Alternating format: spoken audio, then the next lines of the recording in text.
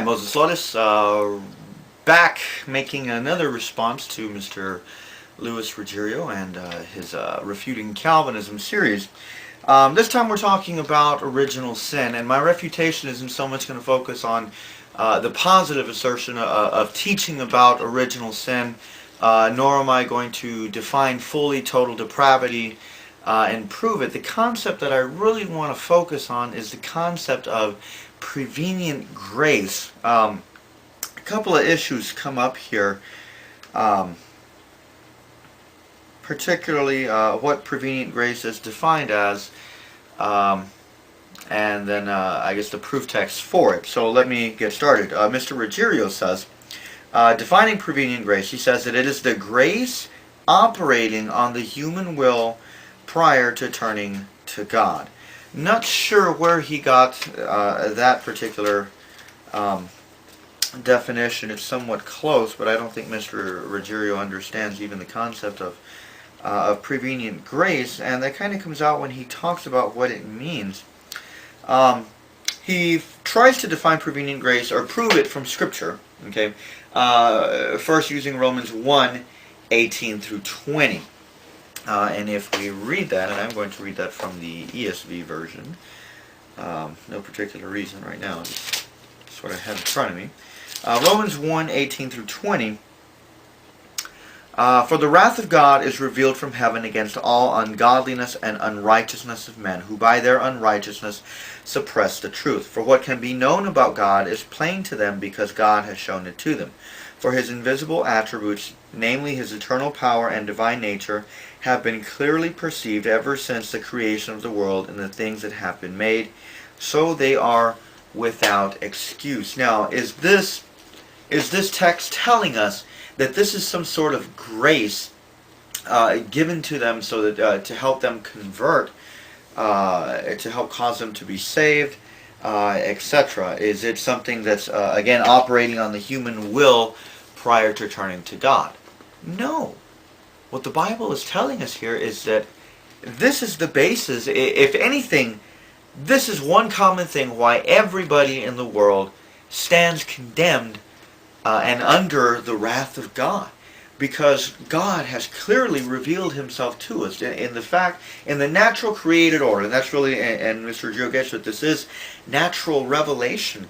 But natural revelation only goes so far. It just reveals that there is a God. It doesn't reveal anything at all about God's saving purposes. If anything, we see in creation, there's creation. I guess in some ways, we should be able to formulate the conclusion that there is a creator. Two, we have offended this creator. We know about him, but we don't worship him. And thus God has a basis for wrath against us. And so what we're really seeing here is not a basis for free will, but a basis for the condemnation of humanity, for all of creation that has fallen and sinned. And of course this is, you read further, and that's obviously the case. Verse 21 says, "For although they knew God, they did not honor him as God or give thanks to him, but became futile in their thinking, and their foolish hearts were darkened. Claiming to be wise, they became fools, and exchanged the glory of the immortal God for images resembling mortal man, birds, and animals, and reptiles." Sounds to me like humanity has a disease going on within them that they are not free of, and that is, of course, the original sin. The other thing he says, that prevenient grace is like our conscience, and he uses Romans 2:14 through 15, which reads, "For when Gentiles who do not have the law by nature do what the law requires, they are a law to themselves, even though they do not have the law. They show that the work of the law is written on their hearts, while their conscience also bears witness, and their conflicting thoughts accuse or even excuse them." What's going on here? This is not Paul teaching how the Gentiles are going to be saved, but rather how the Gentiles are going to be condemned. The idea being that, Israel had the law, so they knew the basis of their condemnation because they could reference the law. And the question is, well, if you need the law in order to be condemned, how is that going to work with the Gentiles? How do we condemn the Gentiles? How do they fall under God's wrath? when they were not under covenant. They didn't receive the law from God. That's what Paul's answering here. Well, they have the law of conscience. And their own conscience is going to condemn them on the day of judgment. This is not something here that the conscience gives a person power to choose between right and wrong, but rather just the ability to discern what is right and what is wrong. Not the power to actually do right or to do wrong. That's not the function of the conscience. Conscience, break down the word, conscientia, with knowledge. Okay? That's all it means. It's not a power of will. Okay?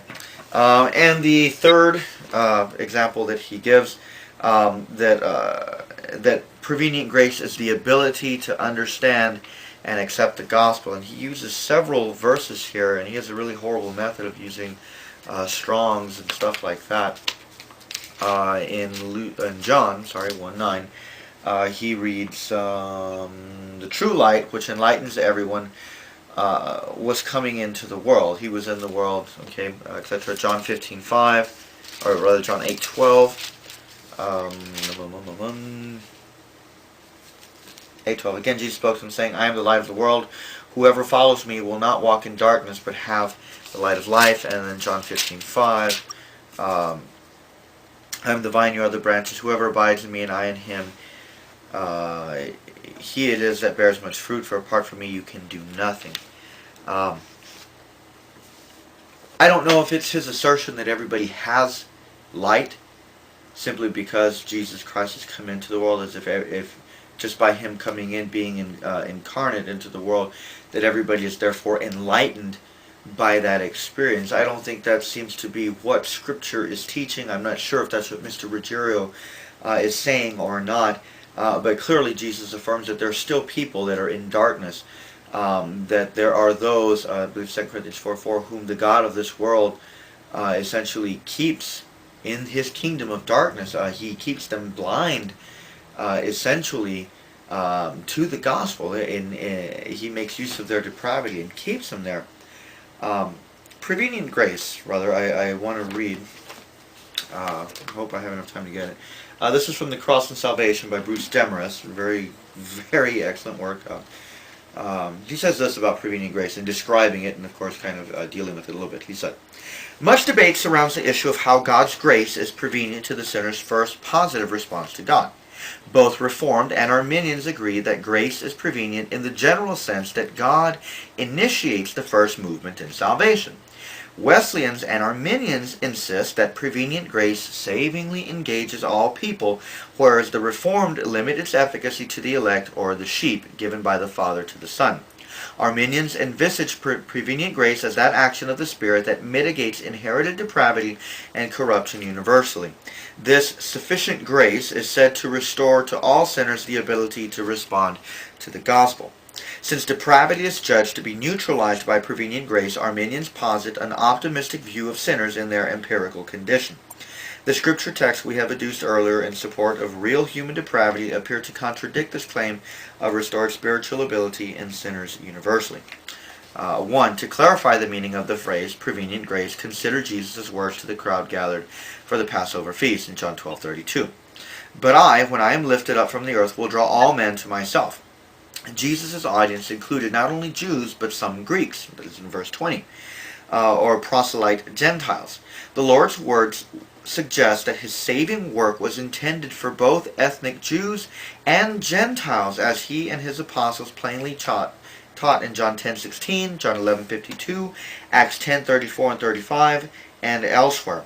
In other words, John 12:32 means that Christ will draw all people to himself without regard for nationality, ethnic affiliation, or status. 2. Recall Jesus' teaching regarding the Paraclete's ministry in John 16:8. When he comes, he will convict, and the Greek there, elenexai,